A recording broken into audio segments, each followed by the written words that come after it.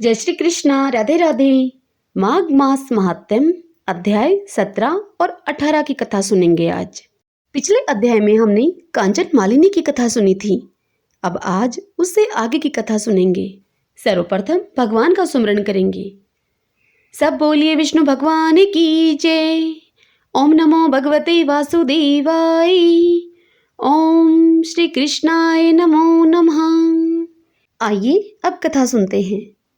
आज की कथा में हम कांचन मालिनी का राक्षस को धर्म का उपदेश देने की कथा सुनेंगे और इसी के साथ माघ मास का फल देखकर कांचन मालिनी ने उस राक्षस का किस प्रकार उद्धार किया वह सुनेंगे।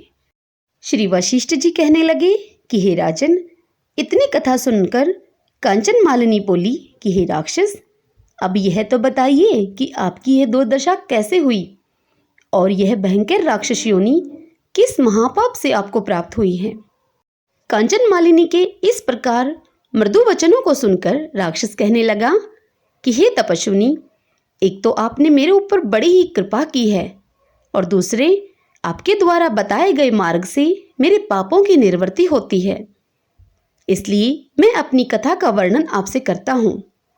हे तपस्विनी, मैं इससे पहले जन्म में बहुत सी ऋचाओं का ज्ञाता और वेद पाठी ब्राह्मण था। परम पवित्र काशी नगरी में मेरा उत्तम कुल में जन्म हुआ था, इसीलिए मैं सबसे उत्तम ब्राह्मण समझा जाता था। परंतु मैंने राजाओं, शूद्रों, वैश्यों और चांडालों तक का भी कुत्सित दान ग्रहण किया था। हे देवी, मुझ मूर्ख ने दान तो बहुत लिया परंतु धर्म कुछ भी नहीं किया। एक तो तीर्थों पर दान लेना ही पाप है, दूसरे जो दान लेकर उसमें अधिकांश धर्म नहीं करता है, उसके समान तो संसार में कोई महापापी है ही नहीं। इसलिए जहां तक हो सके सदाचारी व धर्मात्मा पुरुष को दान कदापि ग्रहण नहीं करना चाहिए और विशेषकर तीर्थों पर तो उसे कभी दान लेने के संबंध में स्वप्न में भी नहीं सोचना चाहिए।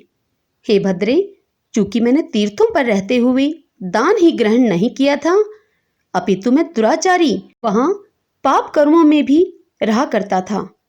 काशी जैसे पवित्र धाम में मरकर भी मुझे घोर नरकों की प्राप्ति हुई और अनंत काल तक मैं उनकी घोर यातनाएं सहता रहा। इसके बाद 2 बार गिद्ध, 3 बार व्याघ्र, 2 बार सर्प, 1 बार उल्लू और 9वीं बार नीच शूकर का शरीर धारण किया मैंने। और इसके बाद अतिशय दुष्ट और पापशील राक्षस योनि, इस योनि में मेरा जन्म हुआ। हे भद्रे, राक्षस योनि को धारण किए हुए मुझे 1000 वर्ष व्यतीत हो चुके हैं। इस जन्म में मैंने बहुत से निरपराध जीवों की हत्या करके 3 योजन के विस्तार में संपूर्ण भूमि को जीव रहित कर दिया है। इसलिए इस घोर पाप के कारण मेरा मन भस्मीभूत हो जाता है, परंतु आपके दर्शन रूपी अमृत के छिड़काव से मेरे मन को भारी शांति मिली है। इसलिए विद्वान लोग सदैव सत्संगति की महिमा का अधिक बखान किया करते हैं। इससे अधिक और क्या वर्णन करूं। संसार में ऐसा कोई ही बिरला सज्जन होगा जिसकी अंतरात्मा को कोई खेद न हो। इस बात को खुद आप भी जानती हैं। आप कोई ऐसा उपाय बतावें जिससे कि मैं इस कष्ट सागर से पार उतर सकूं। राक्षस के ये दीन वचन सुनकर कांचन मालिनी कुछ देर सोचने के बाद कहने लगी कि हे राक्षस, मैं तुम्हारे पाप कर्मों के सहित तुम्हारे दुखों को जानती हूं और मैंने उनको दूर करने का उपाय भी सोच लिया है। इसलिए तुम्हें अपने किए हुए अगणित माघ स्नानों के फल में कुछ फल मैं प्रदान करूंगी, जिसके प्रभाव से अवश्य ही तुम्हारी मुक्ति हो जाएगी। ऐसा कहने के बाद वस्त्र निचोड़कर और जल हाथ में लेकर जो ही कांचन मालिनी ने माघ स्नान का फल उस राक्षस को प्रदान किया, त्यों ही उसके प्रताप से वो राक्षस अपनी उस राक्षस योनि को छोड़कर देव योनि में आ गया। हे राजन, तत्पश्चात उसके मुखमंडल का तेज सूर्य के समान हो गया और इसके बाद एक दिव्य विमान उसके पास आया, जिसमें वह बैठकर अब जाने लगा। तो चलते समय उसने अपने हाथ जोड़कर प्रणाम करते हुए कांचन मालिनी से कहा कि हे माता, आपने अपार दुख दरिया से निकालकर मेरा उद्धार किया है। अब मैं आपसे कुछ शुभ कर्मों का वर्णन सुनना चाहता हूं, जिनके करने से मनुष्य कदापि नरकों की यातनाएं नहीं भोगते।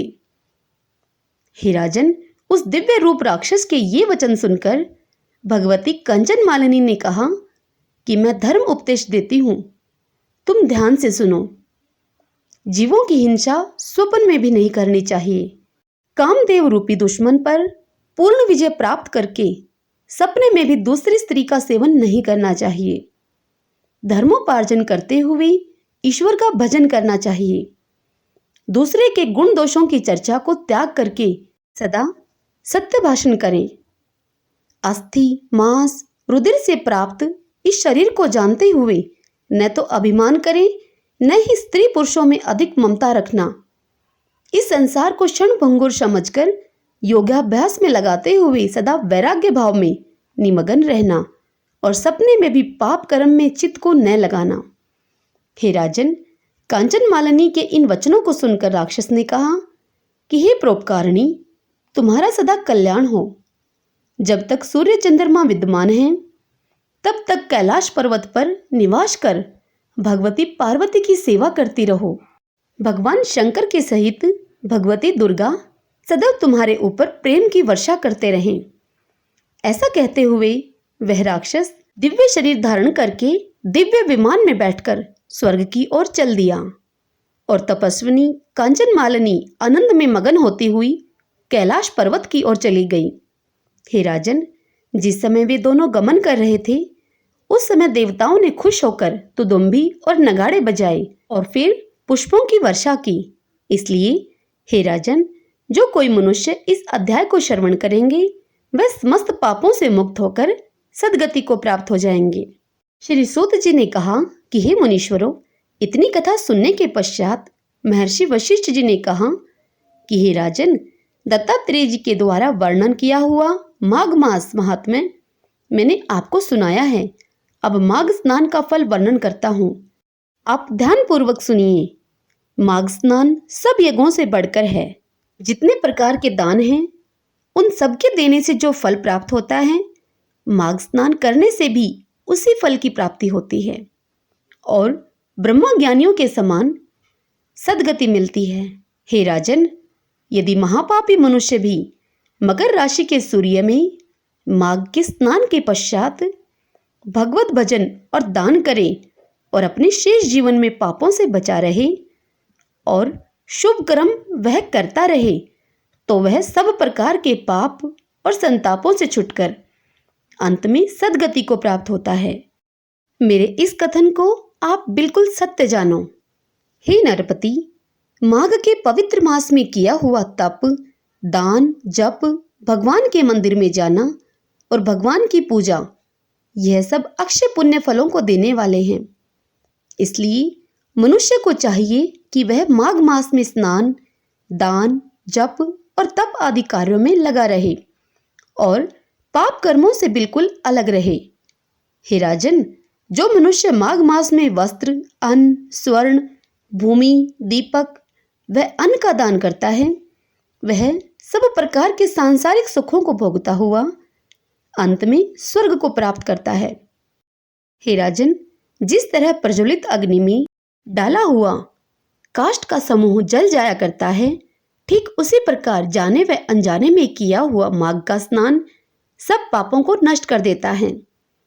हे राजन, मुझे भली भांति ज्ञात है कि शापमयी जीवन महापाप के कारण कठिन दुखों को भोगती हुई गंधर्व कन्याएं लोमश ऋषि के उपदेश से माघ स्नान करके ही पाप रहित हुई थी।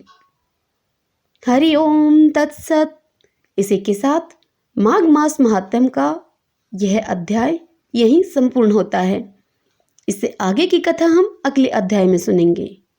सब बोलिए विष्णु भगवान की जय।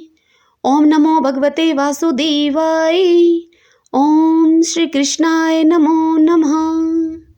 भगतजनों, आपको यदि यह माघ मास महात्म्य के अध्याय की कथाएं मेरे द्वारा सुनना पसंद आ रहा है तो आप कमेंट बॉक्स में ओम नमो भगवते वासुदेवाय लिखें और इसी के साथ इस वीडियो को लाइक अवश्य करें और खूब शेयर करें, खूब पुण्य कमाएं। जय श्री कृष्णा। राधे राधे।